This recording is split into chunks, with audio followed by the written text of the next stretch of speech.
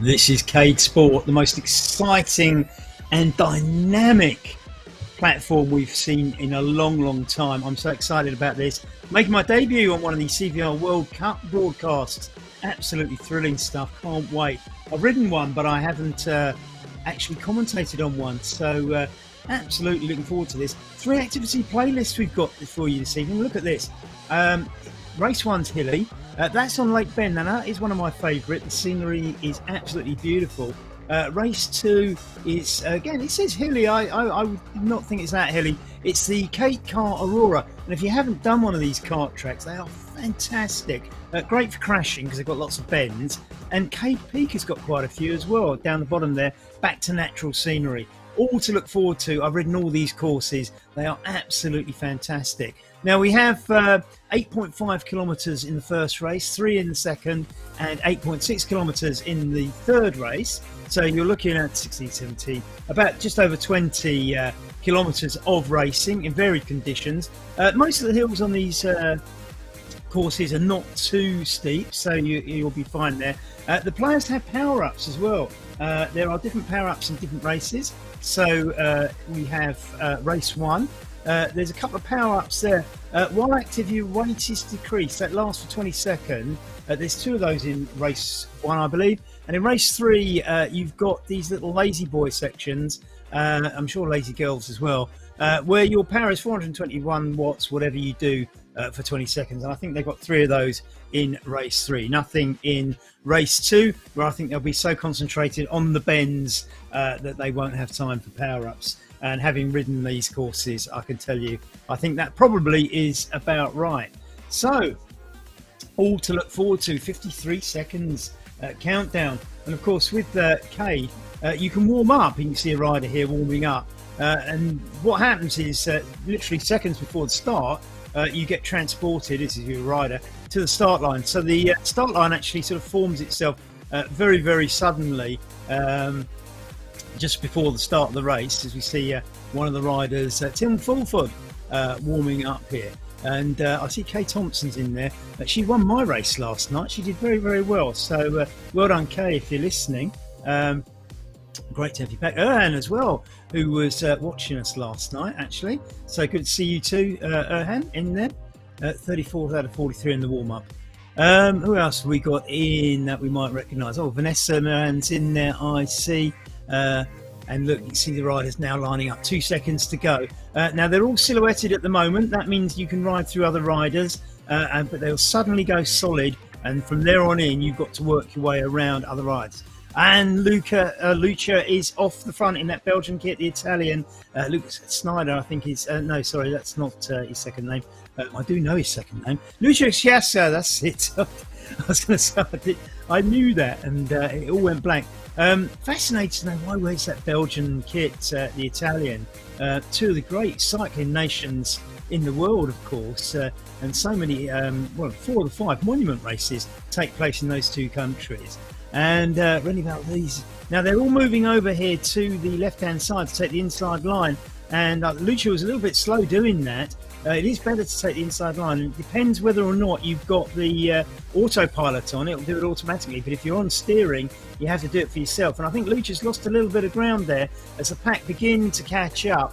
And we're looking at Rennie Valdez there. So you see Tim Fulford, who we mentioned earlier, up there as they go over onto that right-hand side as they approach the bend. Well, at 1 of 2, we're coming up to the first kilometre. I don't think there'll be too much crashing on this course because these bends are quite steep sweeping, as you can see here, as we go around. Sebastian Kuhn from Germany is from the RSC Auto Bosch Kempten team. He's German national champion judicial MTB Masters, several years running. So I think we've got some strength from Seb there, haven't we? And I think I know Seb. I think he's one of my friends on the social side of Cadesport. And remember, if you are signed up to Cadesport, you'll know there's a little social thing where you can make friends with everybody and have a lot of fun communicating and racing together. So CVR World Cup, Tim Fulford out on the front at the moment. Rennie Valdez, little thumbs up as you see some of the riders. This little peloton here is probably what, something like 1, 2, 3, 4, about 12, 15 riders broken clear, and there's one rider just at the back there, as you can see if you looked on the straight, who's probably drifted off a little bit and needs to make up some ground. If we look here, it is Erhan, as it happens, and Erhan is just falling off the back a little bit. Can you make up that ground and get into the pack? You'd like to think so. I mean, it's not too big a gap, is it? He's got 2-3 seconds. It's doable. It's holding at around 2 seconds, but I think visually he seems to be getting closer.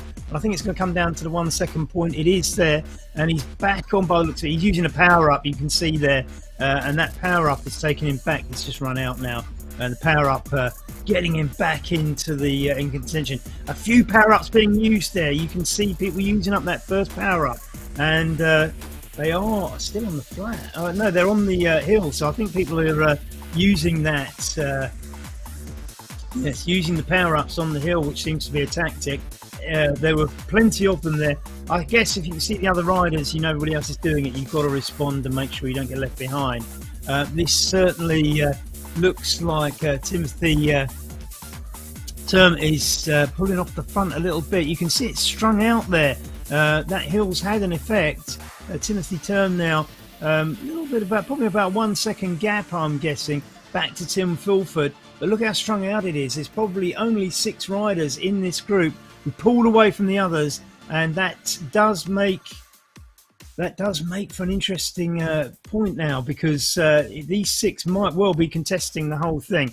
Timothy Termont there, the Belgian rider, headphones on. Don't know if he's listening to me, or hopefully some fast music that'll keep his rhythm going, as we see these I think it might be 7 riders actually. Yes, it's 7 riders broken away at the front, and then you get this sort of gap back after that. Plenty of swinging over, and I think you can tell there, because they're not all going over to the inside of the bend at the same time. They're clearly on steering rather than autopilot. So 1, 2, 3, this group now up to about 8 riders, and I think this is probably the definitive group, because the gap back after that is a full 8 seconds. If you go back from Tim Fulford back to Mark Alpha, it's full 8 seconds there. So as I say, this group of 8 now probably contesting the race. 3.7 kilometres in of lap 1 of 2. So there's still a long way to go. And if you look at the profile up at the top left hand side, you can see these lead riders now on the downhill. They'll go back onto the flat section at the start of lap 2 and go over that climb one more time. Carl Axel Persson is our next rider in focus there. He's in the lead actually. 44 riders in this, and he's taking the lead there. Just grabbing onto the shelf there as he probably playing around with some controls. Again, you see that the difference in time. Oh, somebody's crashed, and I'm not sure what caused that, because I don't think the bend looked tight enough. I wonder if they've had some sort of other incident there. So we lost 1 rider and strung out the group as well. We're on, as I say, we're on the descent still. Maybe it's just too fast down the descent that's caused that crash. It'd be interesting to find out what actually caused it, because nobody else seemed to be in any difficulty. So whether it was just as I say, somebody just going that little bit too fast, we'll have to find out. That leaves us with just 7 riders in this front group now, going past some silhouetted riders. Those silhouetted riders are either stopped or possibly on another lap. So if they're moving, they're probably on another lap. Because remember, of course, that our riders now are in lap 2 with 3.5 kilometres to go in this first of 3 races here on CVR World Cup today. So looking backwards at 8th position, these riders can just see that little peloton ahead of them. 2 of them there together, Mark Althen and Jeff there. Jeff in a very sort of Kiwi outfit. Mark Allard Will, the Canadian, just behind on Jeff's Will. It looks to me as if they're making a concerted effort to bridge the gap here, and certainly Jeff is Jeff the Looney, as it says, and That's absolutely brilliant name, isn't it? And what else would you expect from a New Zealander, eh? In the Kiwi outfit there. Jeff Rooney, sorry, I read it wrong. I beg your pardon. I shall have to go down to the opticians after this race. So Jeff Rooney almost making up the gap. Somebody's taking a power up there and just going off. It's Sebastian Kuhn. The power up is just giving him that little spurt. Now remember, this is the second power up. It hasn't got him away from the group though. You can see another wheel coming up behind him. Rene Valdez is just on his wheel, and the rest of the group seem to be catching up there. But it is still strung out. These 7 now racing the last little bit. They've got 2.4 kilometres to go. Another power up going off the front there. Carl Axel is the man doing it. Power ups to follow from the others. Everybody burning out their second power up there. So nobody's going to use a power up on the final sprint. Look, I think every single one of those riders now doing the power up just to stay in the mix, but it's looking like 3 of them are getting away. Randy Valdez, Carl Axel and Tim Fulford looking like the 3, but they are joined by Frank Garcia, the Cade man himself. This quartet now pursue the last little bit. They're still going up the hill, of course, so remember that this is a bit of effort and you can still break this. Tim Fulford goes for it. No power-ups here, but he's causing a gap. He's got 1 second on the others and it looks like it's extending. Can he extend it even more? It's up to 2 seconds now for Tim Fulford. This is a massive effort. He's going to do it over the top of the hill and hope that the descent is enough for him to... he's up to 3 seconds now. This is emphatic now. The others can do nothing about this. And if he can just hold this on the descent, up to 4 seconds back to 3rd place. If he can hold this now on the descent, he's absolutely wrapped this first race up. Rene Valdez from the United States, Carl Axel, the Swede. Now Carl is going for it. Now Carl is going to chase. The gap at the moment between Carl and Tim is about 3 seconds. Can Carl do anything about this? He's about to crest the climb. It's all about the descent. 1.3 kilometres to go, and Carl is going to have to put in a supreme effort and pedal downhill very, very hard if he's going to make up this gap. But can he do it? Can he do it? It's 5 seconds now. Looks like Tim's still pulling away. It looks a little bit futile now because I think at 5 seconds, with only 1 kilometre to go, Tim Fulford should hold on to this first leg of the race. Carl looks good for 2nd place, or does he? Sebastian Kuhn now leading the charge from the next little clutch of riders. 3 riders chasing him down as they go under the... I suppose it's over the bridge, actually, isn't it? Tim Fulford now is clean away with 700 metres to go. He should be able to do this. It's pretty much downhill till the finish.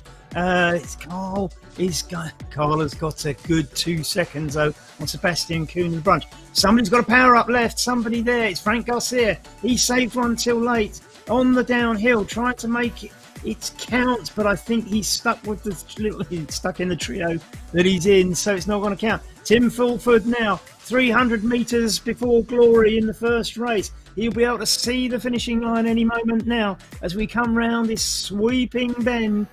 The last throws of the race, 100 metres, and you can see the finishing line. Tim Fulford takes a glorious victory. Absolutely fantastic. A full 3 seconds ahead of Axel, who was valiant and absolutely superb. Puts his head in his hands, as it always does when you aren't the winner. But what a fantastic finish from Tim. Absolutely brilliant, and well done, Carl.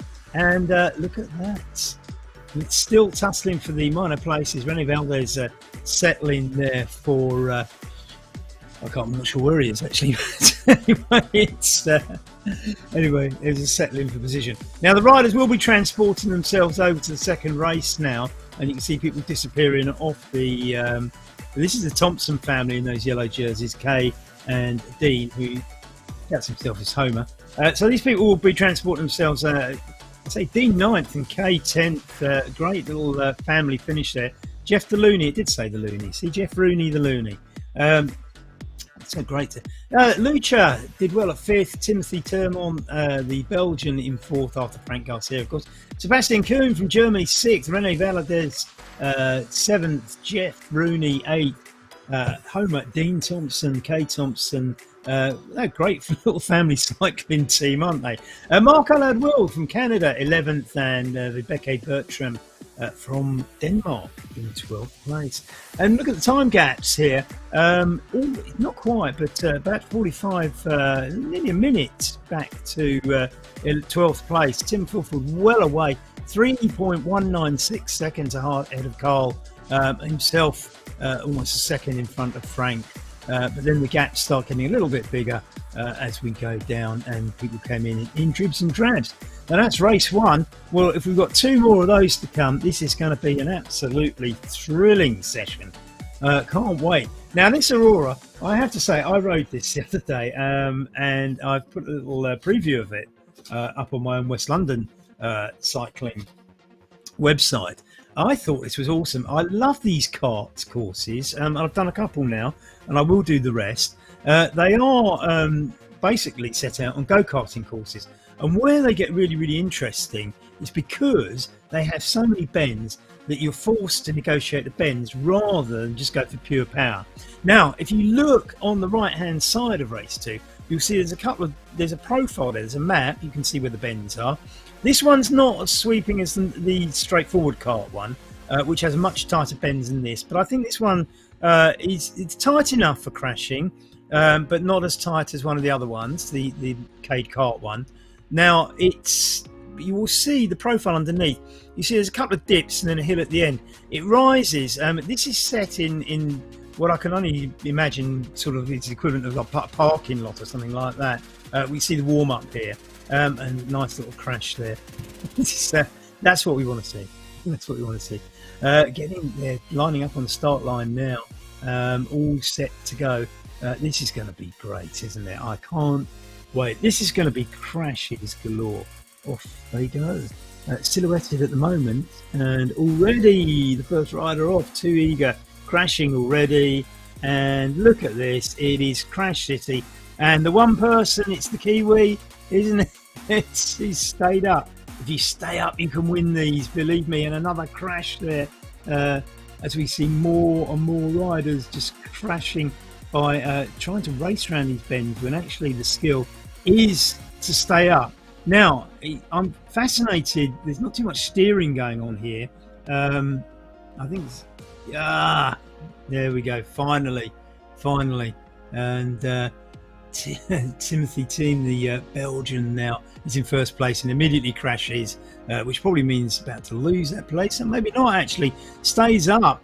I'm delighted to see them crashing, because I crashed a lot less when I did this, but I wasn't racing anybody, so I wasn't really fighting to go that fast. Now here we have the dip. Now you have to be very careful here, because you build up the speed. The tendency is to pedal very hard to get yourself up the ramp, but straight away you're in a bend, and if you don't brake correctly, you won't get around it. That was superb. Absolutely exemplary. Vibeke there, Bertram, the Dane. Absolutely exemplary riding there. Avoided the crash and has stayed in first position. And this is what this is all about. It's about the staying up. Now, we have a couple of riders here together, which looks interesting. And as we come down, this is the raised bit at the end, and gently going round there. I'm not sure how fast they're going, but you can see how gentle it is. Then straight into that dip, and now you can save that. You can see that skid across there, almost a crash. And what's actually happened is, I suspect, he's just tapped the space bar and saved it. People are falling all over the place. This is pure entertainment, isn't it? It's absolutely great.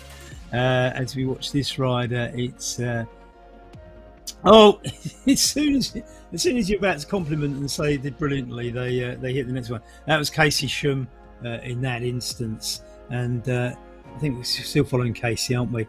Around the inside, I don't think that being on the inside or the outside makes a lot of difference to the steering and staying up, but it does. You will get a quicker time if you take the inside of bends. Now that's good. Oh, just save that one. You see the skid across there? Just tap in the brakes to make sure that it stayed under control, and it did. Absolutely superb. Now down the ramp we go. It's up the ramp now. This is where you have to brake. If you don't, you're going to crash, and that's what happens. if you don't brake into the corner. And the problem is you're pedaling hard to get up that ramp and you've built up speed on the dip into it.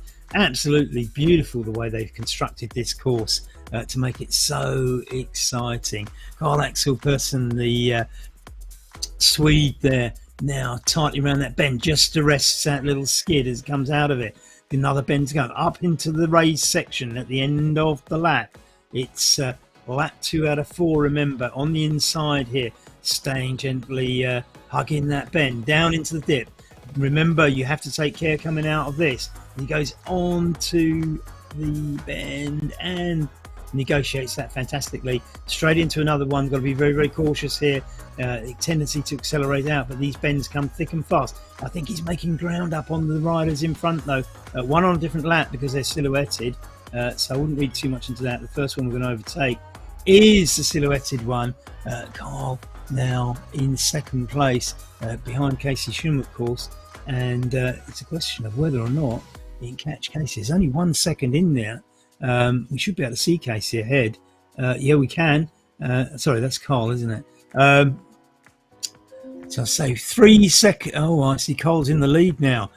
So it's case of lap 3 out of 4, 1.1k to go. It's about staying up for Carl now, I think. Oh, and who's that? Oh, that's Sebastian Kuhn on that crash. Timothy Termet, the Belgian now, we're following. He's going to take a few bends in quick succession. As I say, it's hard.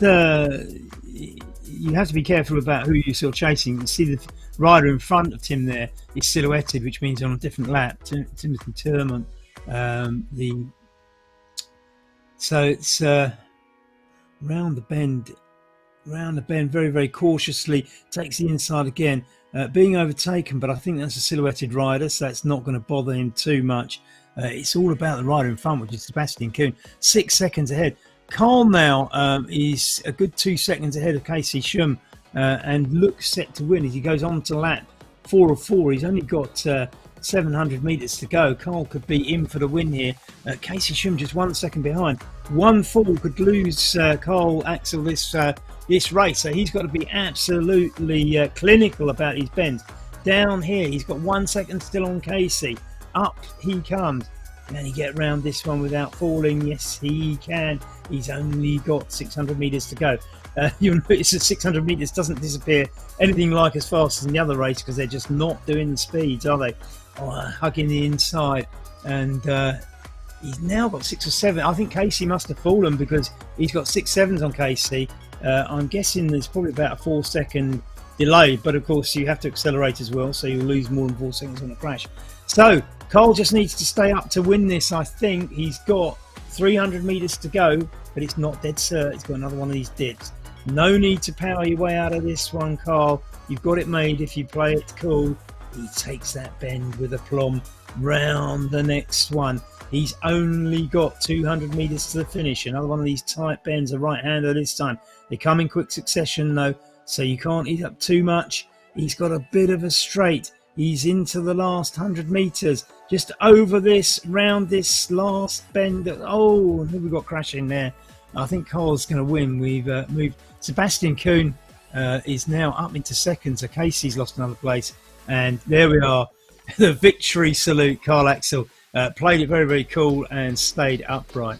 The message comes up that the next race starts in 3 minutes, of course. So the riders have the opportunity to transport themselves across to race 3, which is Cape Peak, of course. And we get another crash right into the oil drums. Ooh, yeah.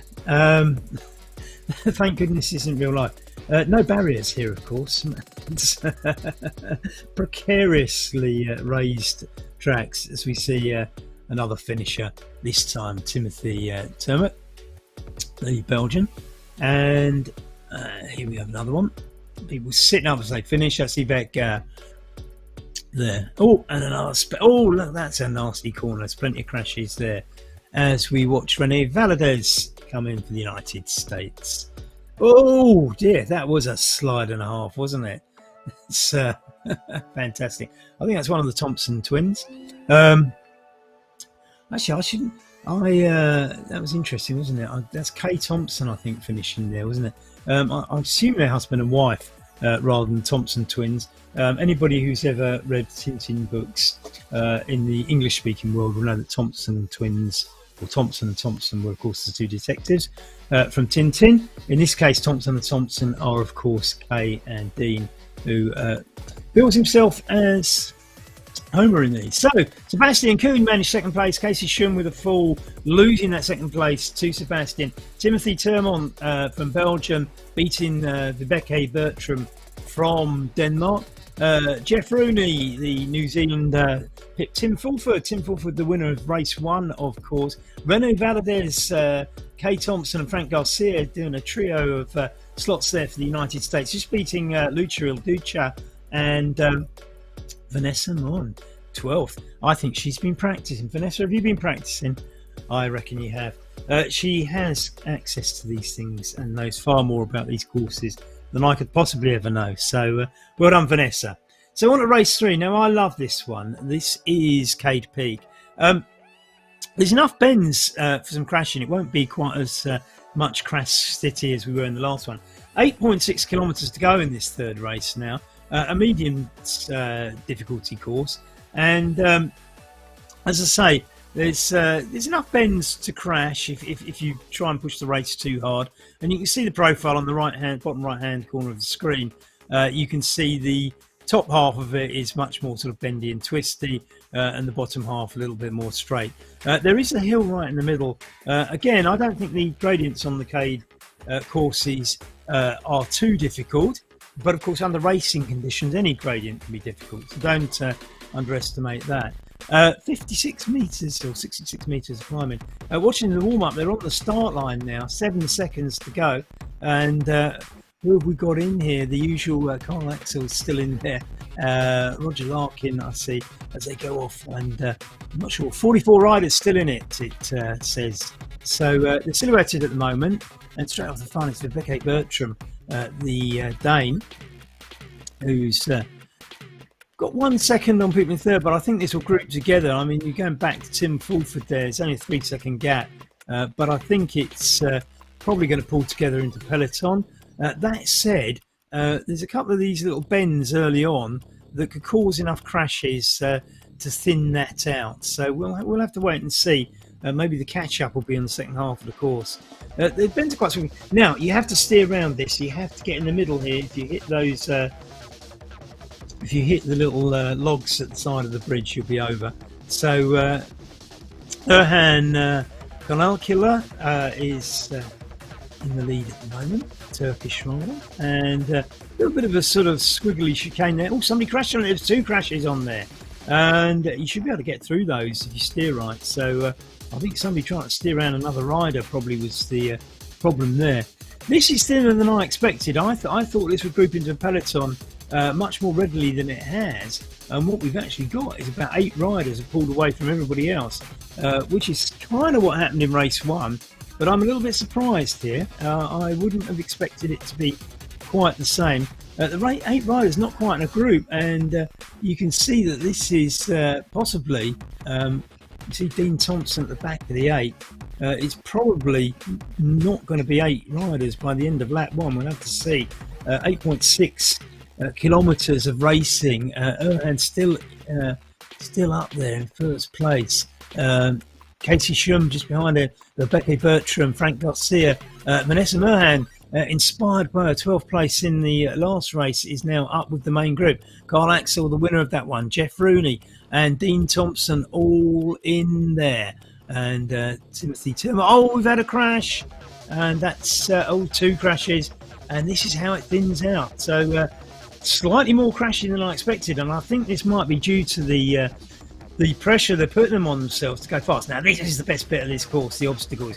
You have to steer around these obstacles. Expect crashes in this section, because if you don't steer right, or if you're forced out into the obstacles by one of the other riders, you're going to hit them and crash. And we're looking backwards at the riders. Oh, see, just missing one of those obstacles. We don't see when they're coming. If you look from behind the riders, you can see them coming. You have to negotiate with those gaps. Oh, and somebody else goes off the bend.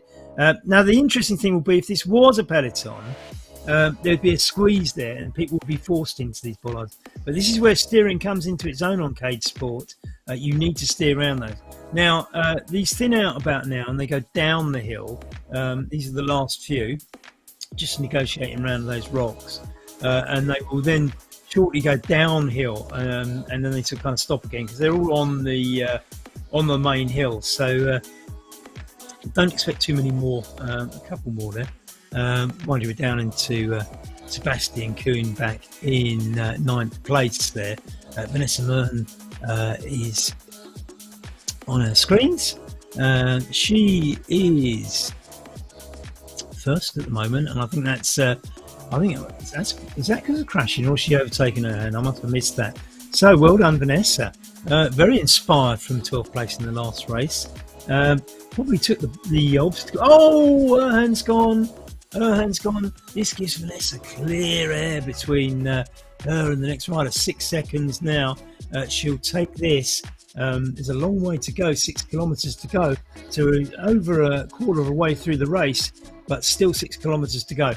Vanessa knows the obstacles. That bridge is another obstacle. You have to obviously steer into the centre of the road to get through it. And again, if you're in a peloton, you could get forced into that. I think it's a bit too strung out for that to happen.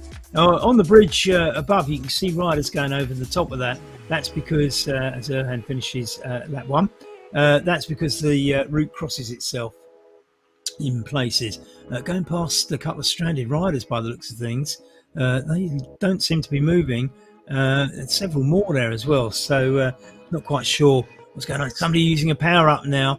Frank Garcia getting caught by somebody doing a power-up. It's Carl Axel, the winner of the last race. Did that take so much out of him that he's now struggling a little bit on this one? I say power-up, of course. These were lazy boys, weren't they, on this one? You had 3 lazy boys where you would do 421 watts regardless of how hard you pedal. So you can basically sit up and get a little bit of a boost. Frank, though, on those aero bars, just missing the side of the bridge. Again, you have to steer through that one. Carl out of the saddle, trying to give it that chase. Carl Axel Persson for Sweden, coming around that bend, just taking that little squiggle cautiously. We saw people crash on that last time through, didn't we? And he goes around this more sweeping bend and puts a bit more effort in. You can see Carl in picture there, 47 kph. This is pretty fast stuff. Everybody in Pro Power, of course. Oh, look, and he's caught Vanessa. Sorry, not caught Vanessa. He's caught. Just trying to think who has caught. He's caught Frank, hasn't he? Frank on the aero bars there. I think you can probably choose your bike. I don't have aero bars on mine, so I'm not sure if everybody's got access there. Oh, and Carl's taking him.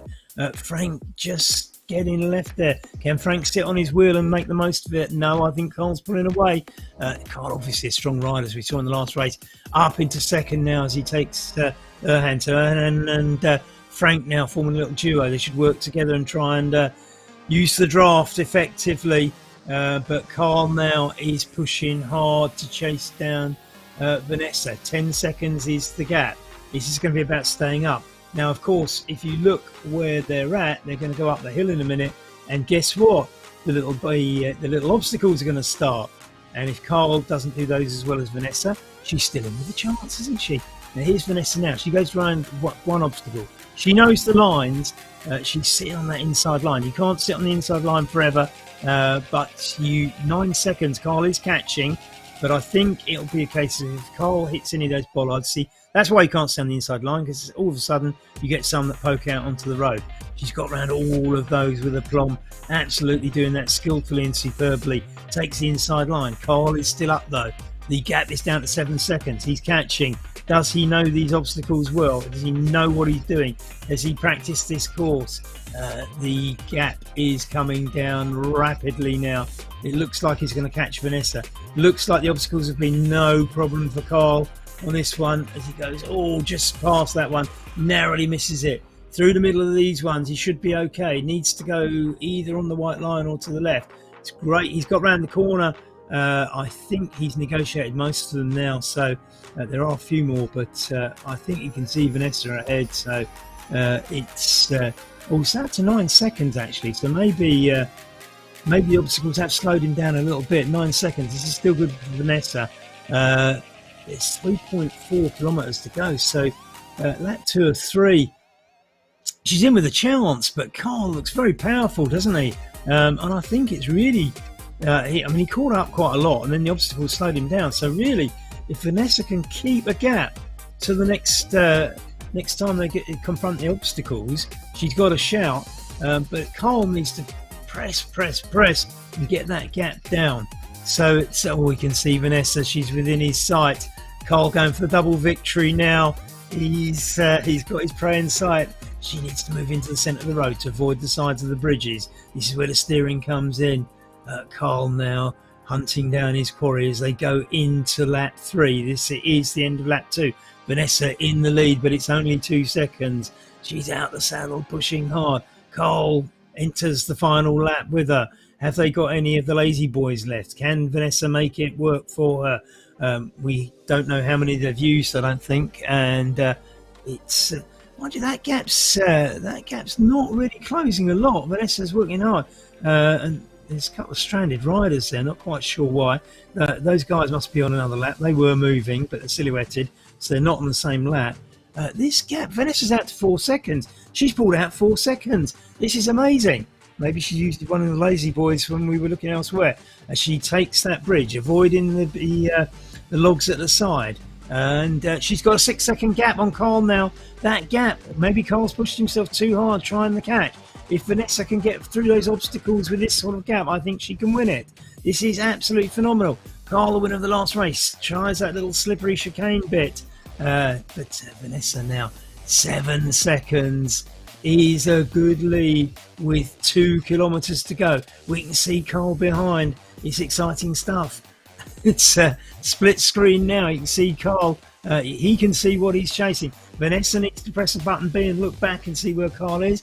Maybe not. She can just look at the data. If you look on the screen, the data is up there, depending how you've got your screen set up. And Carl uses a lazy boy. He's determined to make up the gap. And you can see the gap visibly closing with this lazy boy. Has Vanessa got any lazy boys left? Oh, it's down to 4 seconds. And Vanessa uses a lazy boy too. She needs to make up the 3 seconds. She just lost to that last one.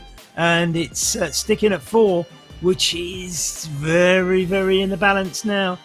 She probably needs to make a little bit more up then. Although having said that, if she hadn't done it, maybe Carl would have caught up some more. So maybe it's slightly psychologically affecting Carl because he hasn't closed the gap entirely with 1.4k to go. And we're about to hit the obstacles where you have to negotiate them. You have to cycle cautiously to make sure you don't fall.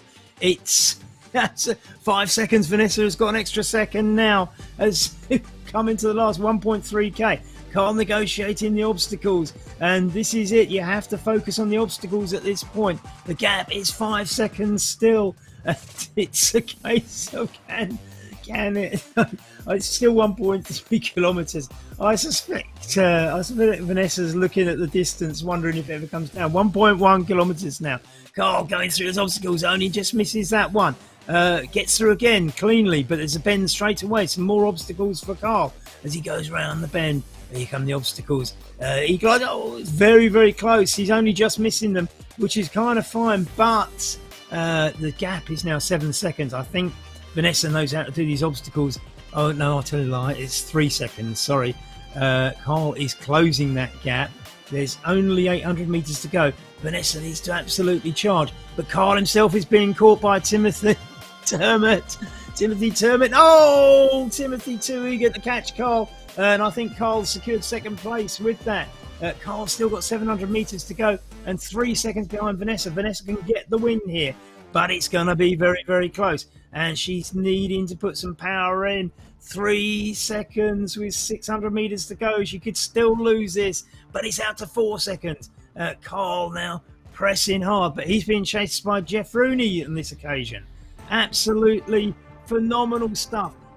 4 seconds gap with 400 metres to go. I think Vanessa can do this, but Carl needs to make sure he doesn't let second place slip. He's being chased by Jeff Rooney now. Timothy Turmott in 4th. Frank Garcia is in 5th place. Vanessa now only has 200 metres. You can see Axel behind. Has he got any lazy boys left? She goes through the bridge. She can see this finishing line ahead of her. She needs to push and push and push. Only 100 metres with 3 seconds to go. 2 seconds. Carl puts in a late bid can't quite do it, and Vanessa gets an absolutely phenomenal win and does the victory salute.